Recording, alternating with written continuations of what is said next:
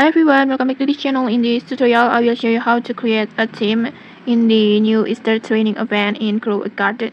So in this Easter final update, there's a brand new event called Easter training. And in this event, you just need to complete 3 quests like this, 3 quests every 8 hours to earn points and rewards like this. And then in here you can do this event by solo, but if you want a better rewards, I highly recommend playing with a team. So here's how to create one. Just tap on the invite friends like this, and then next just go invite your friends by tap on the invite to server. You can just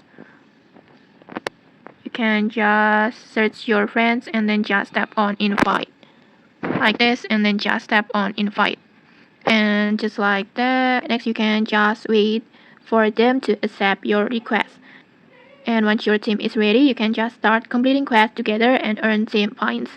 And the best part is the team rewards are better way compared to solo rewards, so it's definitely worth it like this. You can see it. So yeah, that's how you can create a team in this Easter training event. If you found this helpful, don't forget to like, comment and subscribe for more tutorials. Thanks for watching and see you.